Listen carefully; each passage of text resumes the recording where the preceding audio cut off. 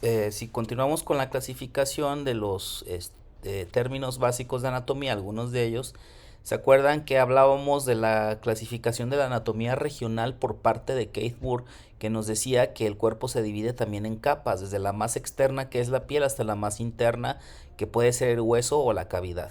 Entonces, en este sentido, pues podemos identificar conceptos o podemos eh, encuadrar esas capas del cuerpo en planos, ¿no? En un plano superficial, plano intermedio, plano profundo. Imaginemos que queremos tener acceso al hueso, hasta el hueso del miembro superior, ¿no? De la extremidad superior. Entonces, para poder llegar al hueso, voy a tener que pasar por un plano superficial, voy a tener que abrir, voy a tener que pasar a través de la piel y el tejido subcutáneo. Voy a tener también que pasar por un plano intermedio, el cual va a estar constituido de el músculo y el tejido conectivo que lo envuelve. Y finalmente, en el plano profundo, pues ya voy a encontrar el hueso propiamente, ¿no?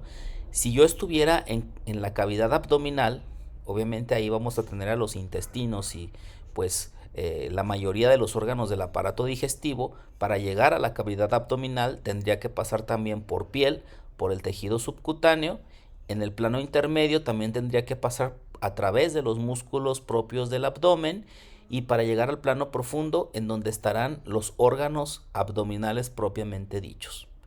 Entonces, estos conceptos pues nos ayudan a clasificar pues por planos, ¿sí? Las capas del cuerpo, de la más externa a la más interna.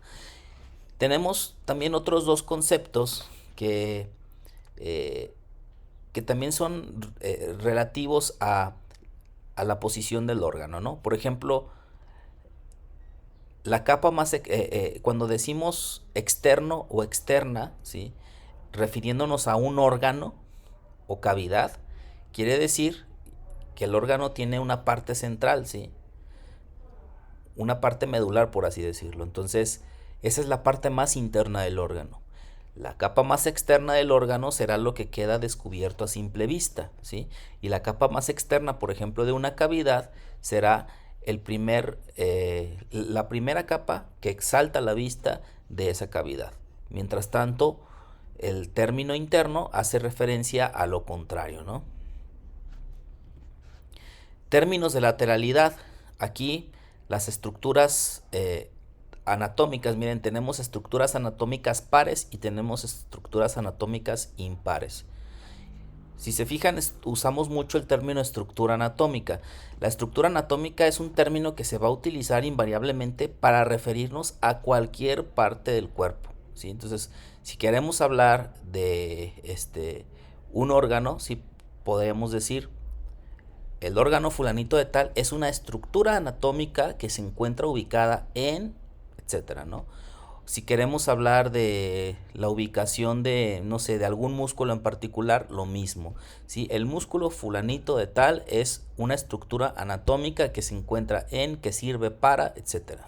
Entonces, nosotros tenemos estructuras anatómicas que son pares o impares, es decir, las pares, como los pulmones, tenemos uno del lado derecho y otro del lado izquierdo. Los riñones, uno derecho, otro izquierdo, ¿sí? Por ejemplo. Entonces quiere decir que normalmente las estructuras pares, las que se encuentran a ambos lados del cuerpo, las vamos a conocer como bilaterales. ¿Eso qué quiere decir? Que entonces, en términos de lateralidad, si los riñones están ubicados a manera bilateral tanto del lado derecho como del lado izquierdo, y lo mismo sucede con los pulmones. Las estructuras anatómicas impares, ¿sí? O sea, las que solamente tenemos una, ¿sí? Las vamos a conocer como unilaterales. Ejemplo, el hígado. El hígado tiende a estar hacia el lado derecho, ¿de acuerdo? Entonces no hay otro hígado más que es un solo órgano, y la mayoría de su masa se encuentra orientada hacia el lado derecho, ¿no? Entonces es unilateral. Y otro ejemplo podría ser el corazón, ¿de acuerdo? Aunque también una importante masa del corazón está en el centro del tórax, La mayoría de la masa cardíaca tiende en condiciones fisiológicas a estar cargada hacia el lado izquierdo.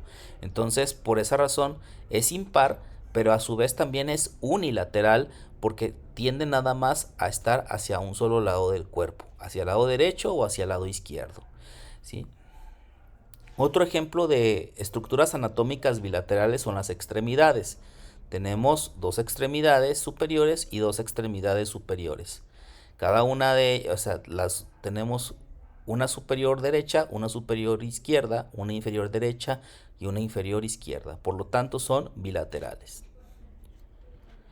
Cuando dos estructuras anatómicas, fíjense bien, se encuentran del mismo lado, ¿sí?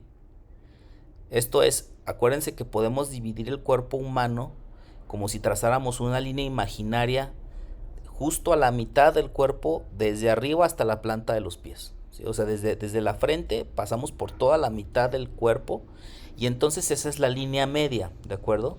Entonces, cuando dos estructuras anatómicas están del mismo lado, decimos que son ipsilaterales o ipsolaterales. Esto es, por ejemplo, el pulmón derecho es ipsilateral al hígado, ¿no? Porque el hígado, dijimos, está del lado derecho. Aquí podríamos decir también, la extremidad superior izquierda es ipsilateral a la extremidad inferior izquierda, ¿ok? Entonces son ipsilaterales o también lo podemos denominar como homolaterales. Por otro lado, cuando dos estructuras anatómicas se encuentran del lado opuesto, vamos a decir que son contralaterales. Entonces, ejemplo, la extremidad superior izquierda es contralateral a la extremidad inferior derecha. El corazón es contralateral a el hígado.